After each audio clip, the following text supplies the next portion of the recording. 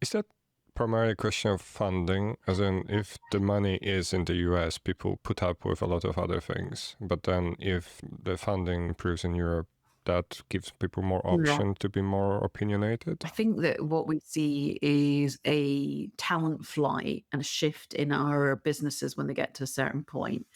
And it's not that funding isn't available, it's that the terms in the US are better generally. And they're better because the US market, A, takes more risks and B, understands open source better. And you have a proximity of people in two areas in the US, maybe three. You're not looking at the whole US. You're looking at a few hubs where there are universities teaching people the right stuff, where there is a bunch of people living who work in that same space and understand that space. And that encourages more to go into it.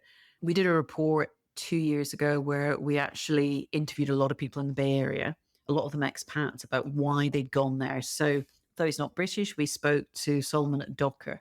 We spoke to a guy called Tom Drummond, who is the founder of HeavyBit, a VC, which does a lot of work in open source.